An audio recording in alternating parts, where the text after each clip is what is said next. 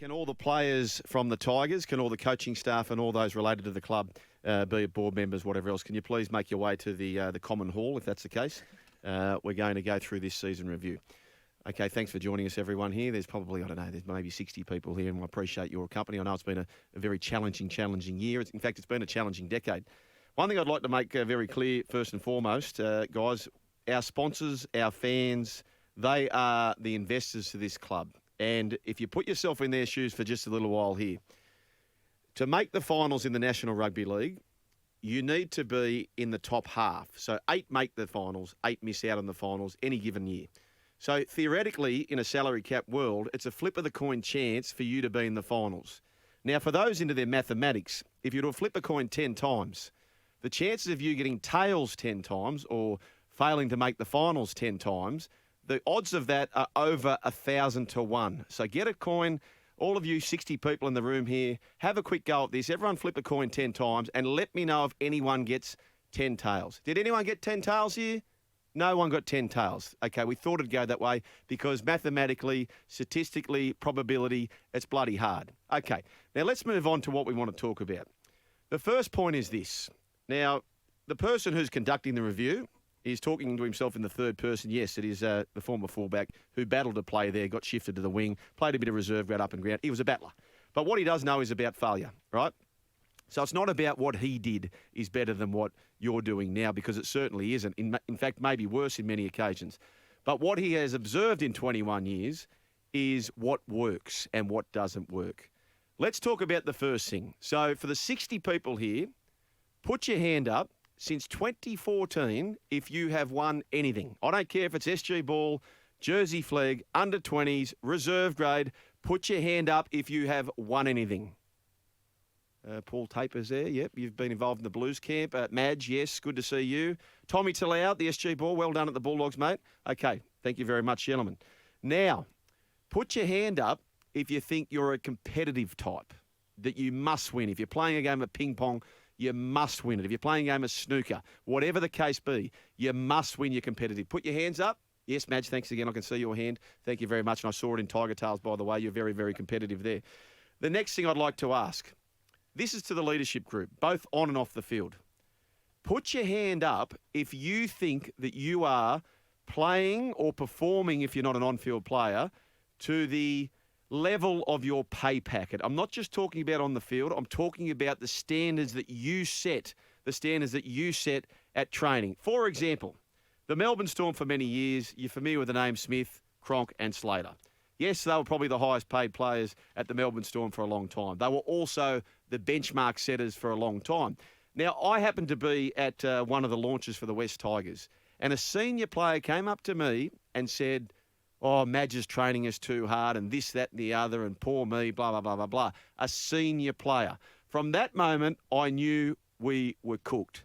Now, if you're training so hard, I would love for this to happen. I would love to get the preseason data of the metrics that the Melbourne Storm have produced and the West Tigers metrics of what has been produced, and then tell me if you're training too bloody hard, or was Madge trying to get you to train as to what is required, given he has won a premiership at both his clubs he was at previously, being Wigan and also the South Sydney Rabbitohs. He may know a few things about winning, which, based on the hands we saw earlier on, not many of you do. So I'd be listening to him. I don't need to get feedback from players about Madge. I'd much rather the feedback from Madge on the players, if you don't mind.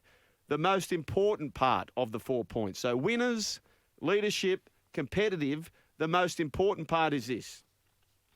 In the last 12 months, all of you 60 involved in this club, how rock solid have you been to the cause, which is the West Tigers? Has there been a time where you've been loose lips about it and you've had to tell someone, or you've struck up a narrative which is going to support you, when in fact you know when you look in the mirror, you haven't provided the best year of your life either? How many of you have been rock solid? Well, you know what? Your coach, Maguire, every time I've heard him interviewed, he's backed the team to the hilt. He's never thrown anyone under the bus. He's been staunch. Winners, let's talk about that. When I was at the club, early 2000s, we weren't really a good winning team. There's no doubt about that. We had some players who had flaunting success, but overall we weren't winners. The 2005 side, Brett Hodgson, He had played in a grand final in 2001. They were on the bones of their back, Parramatta. He rushed home, scored 2 tries. Yes, they didn't win, but he showed pressure. Eat it, some eat it, some get eaten by it. He put his hand up. He can handle the big stage.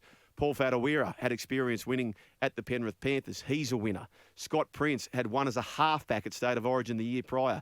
He's a winner. Mark O'Neill, Pat Richards, you spend 5 minutes with those blokes, you quickly realise that they are winners. Ben Galea, Todd Payton, they met in a schoolboys championship equally, like Richardson and also, Pat Richards rather, and also Mark O'Neill, absolute winners. Bryce Gibbs, Liam Fulton, they won coming through the ranks as well with the Western Suburbs Magpies.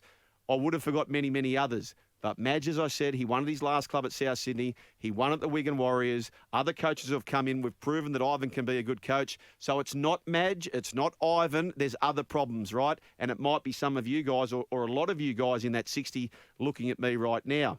I've mentioned the fact about the leadership.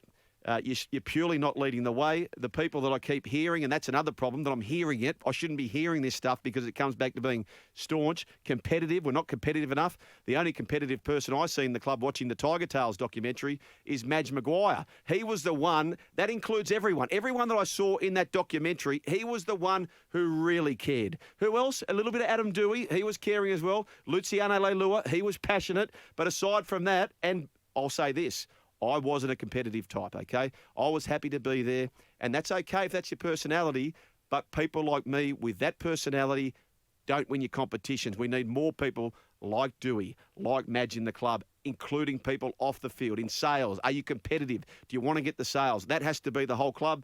But the final and most important part, I went to a Dragons launch for a grand final years ago, and they were celebrating the 79 grand final that the Dragons had won.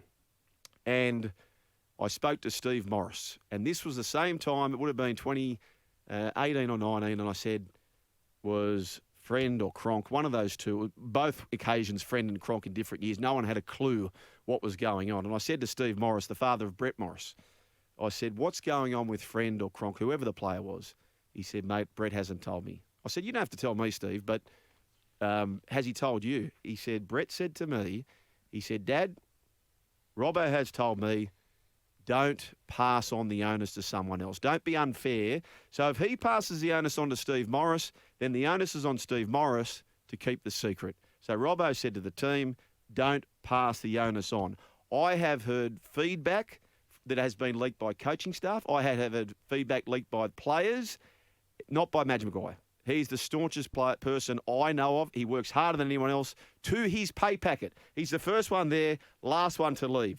So in summary, my performance review, or as the listeners like to call it, the honesty session is this. We need more winners. We need more winners who need to win at all cost. We need our leadership group to be the leaders, not just in pay packet, but off the field, setting the benchmark, the way they speak to sponsors, the way they lead the way at training sessions. We need the leaders. We need competitive types. We need to observe how people behave in menial drills. Do they want to win? That wasn't me. I mentioned that. Do they want to win? And the final thing is, which I think is the most important thing, which you get from the Melbourne Storm, which you get from the Bunnies, which you get from the Roosters, are you staunch? Are you staunch as a player? Are you staunch as a coach? Have you been loyal to the coach, Michael Maguire, who has given you guys, both on and off the field, absolutely everything? And that is plain to see. Have you been loyal to a bloke at his past 2 clubs, won a premiership? Michael Maguire, is he the problem? No. Michael Maguire, he is the solution to a 10-year problem.